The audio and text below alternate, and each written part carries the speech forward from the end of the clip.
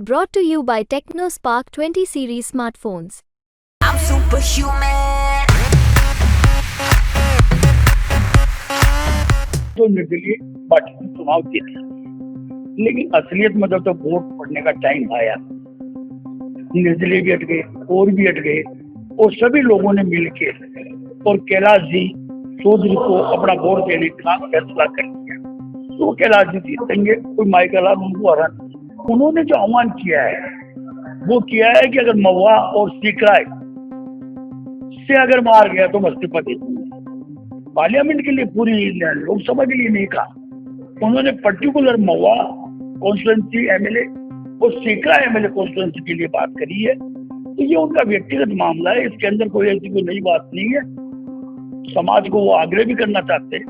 वो बीजेपी के लीडर हैं, बड़े लीडर हैं, लेकिन उसके साथ साथ वो एक समाज की सृष्टि के जो मत पड़े हैं बीजेपी को, और उनसे भी ज्यादा मैं तो खुल के कह दूं, ये वोट बड़े आदरणीय है हमारे प्रधानमंत्री जी मोदी जी के नाम। हमारे साथ आज मौजूद हैं पूर्व विधायक शंकर लाल शर्मा। आज इनसे बात करेंगे और इन्होंने प्रेस कॉन्फ्रेंस की है। सर, सबसे पहले प्रेस कॉन्फ्रेंस की बात कर लेते हैं। भगवान परशुराम की जयंती है, जन्म उत्सव है, अब की बार हर साल मनाई जाती है, लेकिन अब की बार क्या स्पेशल है? देखिए, विक्रमबंधु चुनाव खत्म हुआ है, हर जोश के साथ, खरोश के साथ हम हर साल भगवान परशुराम जी का, खास तौर से जब से राजस्थान सरकार ने छुट्टियां 2018 में डिक्लेयर करी, उसके बाद में हम भव्यता से मना रहे हैं। ये साल भी अच्छी तरह हम यही चाहते हैं कि भगवान परशुराम एक जीवंत विष्णु जी के अवतार है। इनका जीवन के कारण ये भी जो आयोजन है उसका भी उतना ही भव्यता के साथ मनाएं। और ये भव्यता के साथ मनाने का उद्देश्य ये है, सभी समाजों से हम चाहते हैं, ब्राह्मण हैं, सबको साथ लेके चलते हैं, सबका ही हमको आशीर्वाद देते हैं तो सबको एक सहभागिता देते हैं। तो हम चाहते हैं भगवान पर से एक ही है कि विप्र बंधुओं का भी हर धर्म अपने अपने दूतों को साथ लेके चले। तो विप्र बंधु भी अब भगवान परशुराम को, जो हमारा आराध्य देव है, उनका भी जन्मोत्सव एक अपने आप में अत्यंत हर्षोल्लास के साथ, भव्यता के साथ मनाने का आयोजन है। इसीलिए आप लोगों को यहाँ आमंत्रित किया गया है। उद्देश्य एक ही है कि ये आका तीज का दिन आप लोग चारों तरफ अगर मीडिया के द्वारा जाएगा तो उसका एक अलग प्रभाव पड़ेगा और हमारा ये जो आयोजन है ये इसको भव्यता प्रदान करेगा। आपने कहा कि जिस तरीके से राजस्थान में दोनों चरण समापन हो चुका है, किस तरीके से देखते हैं दोनों चरणों को? राजस्थान में 2 चरण खत्म हो गए हैं लोकसभा में, किस तरीके से देखते हैं पूरी राजनीति को और दोनों चरणों को? देखिए, एक बात तो ध्यान रखिए, राजस्थान और हिंदुस्तान ये जो चुनाव हो रहे हैं ये एक अपने आप में देश के आगे बढ़ने का, देश को प्रगति के पे लेके जाने का, देश को एक अपने आप में इस स्थान के ऊपर पहुंचाने का कि भारत अपने आप में विश्व गुरु बन सके। आदरणीय मोदी जी ने 10 साल के अंदर जो किया वो सबको सर्वविदित है। ये चुनाव भी एक ही है कि हमारे ये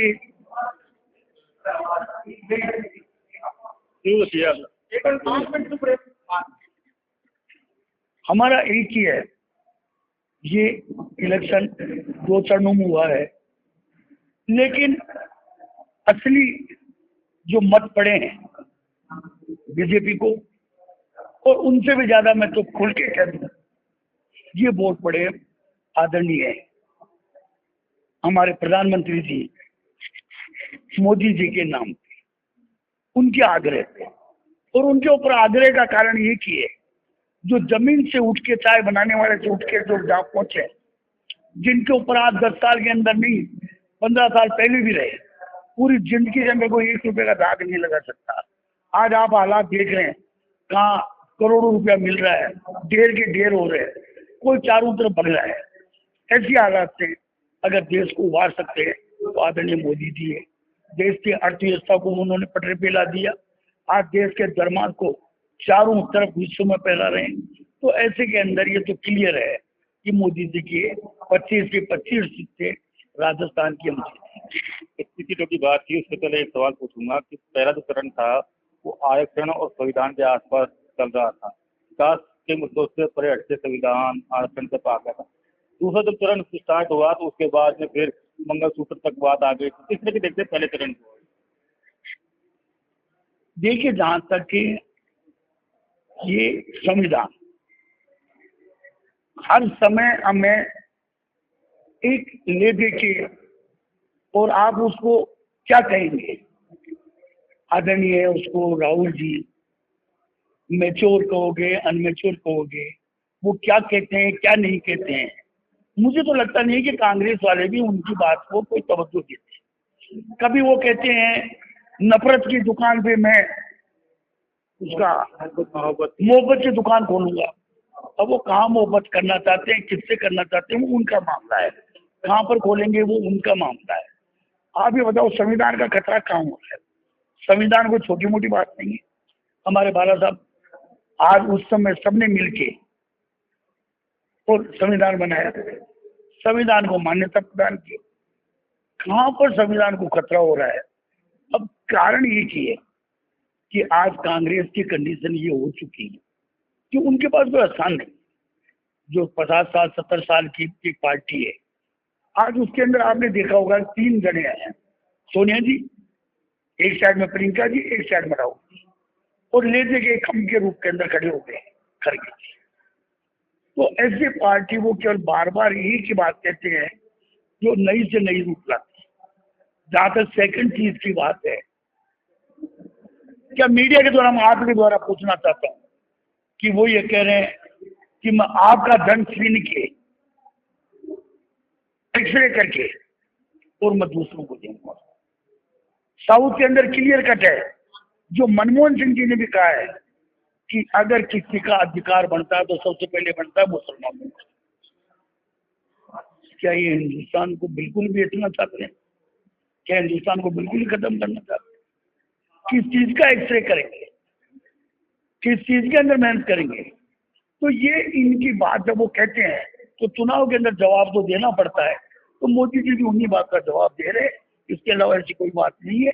जैसे जैसे वो चल रहे हैं वैसे उनका जवाब हमें भी देना पड़ता है। नागौर की जो प्रत्याशी वो भी चाहे सत्ता की डिमांड हो या साहब ने भी कहा कि जहाँ चाहेंगे उनके बयान कैसे देखते हैं?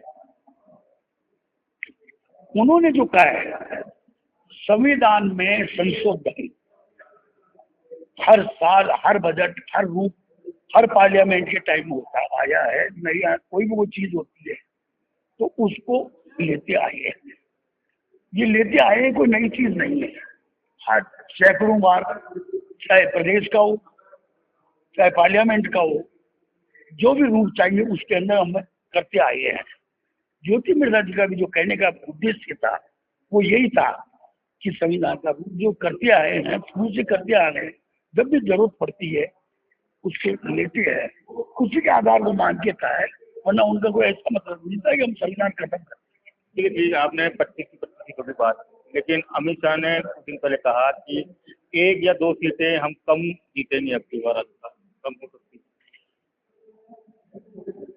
अमित शाह साहब को पहले कहीं न कहीं थोड़ा बहुत लोगों ने भ्रमित कर दिया, जैसे बाड़मेर जैसे। आपको ध्यान है, एक रूप युवाओं का आ गया और उन्होंने एक हंगामा का रूप ले लिया और ये हो गया कि ये तो निर्दलीय पार्टी से चुनाव जीता। लेकिन असलियत में जब तक वोट पड़ने का टाइम आया, निर्दलीय भी हट गए और भी हट गए, और सभी लोगों ने मिलकर और कैलाश जी चौधरी को अपना वोट देने का फैसला कर लिया। तो कैलाश जी जीतेंगे, कोई माइकल लाल उनको हरा नहीं। लोग कहते हैं अपन बैठे हैं 2 साल, हम कह रहे हैं कि 2 साल कहीं कमजोर सीट नहीं है। इसको 2014 में भी 2019 में भी सबसे कमजोर सीट मानी थी। और 2023 में भी हम कहते हैं 2023 में हम 100% जीते। लेकिन आप कह रहे हैं जीतेंगे, लेकिन खिरोलाल मीणा बार बार मुझे कह रहे हैं कन्हैयालाल मीणा अगर हार जाएंगे तो मैं पद त्याग दे दूंगा, और कई बार चाहे प्रचार के टाइम की बात हो, अब कुछ दिन पहले नांदेड़ में भी उन्होंने कहा। देखिए डॉक्टर साहब का एक अपना बोलने का, पॉलिटिक्स को अलग रूप में चलाने का, पूरे हिंदुस्तान के अंदर छाने का एक अपना रूप होता है, ये आप भी जानते हैं। कभी उन्होंने राजपा भी चलाई है, फिर ये भी चलाया है। नादरी के अंदर भी उन्होंने कहा है कि अगर मीणा भाइयों तुम मेरा साथ दोगे तो मैं तुम्हारे साथ हूं। तो एक जाति विशेष के प्रति है, और उन्होंने जो आह्वान किया है वो किया है कि अगर महुआ और सीकराय से अगर मार गया तो मैं इस्तीफा दे दूंगा। पार्लियामेंट के लिए, पूरी लोकसभा के लिए नहीं कहा उन्होंने, पर्टिकुलर महुआ कॉन्स्टिट्यूंसी एमएलए और सीकरा एमएलए कॉन्स्टिट्यूंसी के लिए बात करी है। तो ये उनका व्यक्तिगत मामला है, इसके अंदर कोई ऐसी कोई नई बात नहीं है। समाज को वो आग्रह भी करना चाहते हैं, वो बीजेपी के लीडर हैं, बड़े लीडर हैं, लेकिन उसके साथ साथ वो एक समाज विशिष्ट के बड़े लीडर हैं। तो उन्होंने अपने समाज के हिसाब से उस नादरी में भी इसलिए गए थे वो, क्योंकि एक समाज आपस में लड़ रहा भिड़ रहा था, पूरा गांव का गांव उलटफेर हो रहा था, गांव में अग्निवीर, तो उसको ही संभालने के लिए वो गए। वहां पर उन्होंने ये भाषा बोली है, ये उनका व्यक्तिगत। लेकिन सर आप जो कह रहे हैं ठीक है, पॉलिटिकल है, लेकिन अगर मैं बात करूँ बीजेपी का कॉन्फिडेंस थोड़ा दूर लगा रहता है। दूसरी तरफ मुरारीलाल मीणा कह रहे हैं कि मेरा साइन ले लीजिए, काले कागज पर मैं साइन कर देता हूँ, 100% मैं जीत जाऊँ। मुरारीलाल जी ने, सविता जी जब चुनाव लड़ी तब भी ये कहा था, उनकी धर्मपत्नी मुरारीलाल जी ने अपनी बेटी को राजस्थान यूनिवर्सिटी में चुनाव लड़ाया, तब भी ये बात कही थी। और इलेक्शन के अंदर तो एक चीज और कहे, मुझे तो लगता नहीं है जो खुद का फार्म बनता है उसके लिए वो समर्थक चाहता है कि इसको फार्म को कोई समर्थक हो, वो भी दूसरे दिन ये कहता है जीतूंगा तो मैं जीतूंगा। मुरारीलाल जी वो 4 तारीख तक जीतते थे, रहने दो, 4 तारीख को वो 100% हारेंगे, इसकी गारंटी। ठीक है, एक सवाल और पूछूंगा आपसे। राजनीतिक गलियारों में एक चर्चा रही है, खिरोलाल मीणा ने कहा जाता है राजनीतिक गलियारों में, खिरोलाल मीणा ने 4.5-5 साल विपक्षी भूमिका निभाई, उस हिसाब से उनको पद नहीं दिया गया। कुछ राजनीतिक जो विश्लेषण है वो ये कहते हैं खिरोलाल मीणा, अगर मीणा नहीं होते, सरनेल मीणा नहीं होती तो सीएम होते। बात देखिए, भारतीय जनता पार्टी, हमारे मोदी जी एक साहू समाज से जो प्रधानमंत्री बन के बैठे। भारतीय जनता पार्टी में जातीय आधार कुछ होता ही नहीं। जहां तक किरोड़ी लाल जी का सवाल है, मुख्यमंत्री एक बहुत बड़ी चीज होती है। मुख्यमंत्री बनाने के लिए कई चीजें देखी जाती है, उनके गुण अवगुण और उनका कार्यकलाप, पुराना सोच देखा जाता है। आप ये देखिए, भजन लाल जी को पहली बार चुनाव लड़ाया, संगठन के अंदर उनको जगह थी, संगठन के रूप में उन्होंने जो काम किया उसको देख के उनको पारितोषिक दिया और सीएम बना दिया। ये भारतीय जनता पार्टी है, इसके अंदर जात पात से नहीं, ऊंच नीच से नहीं, कोई किसी की ताकत से नहीं, उसकी वर्किंग से पद दिया। धन्यवाद बातचीत करने के लिए। तो ये थे पूर्व विधायक शंकर जिन्होंने साफ कहा है, एक बार फिर दावा किया है कि दौसा लोकसभा से बीजेपी एक बार फिर जीतेगी। संदीप मीणा, दौसा, राजस्थान का।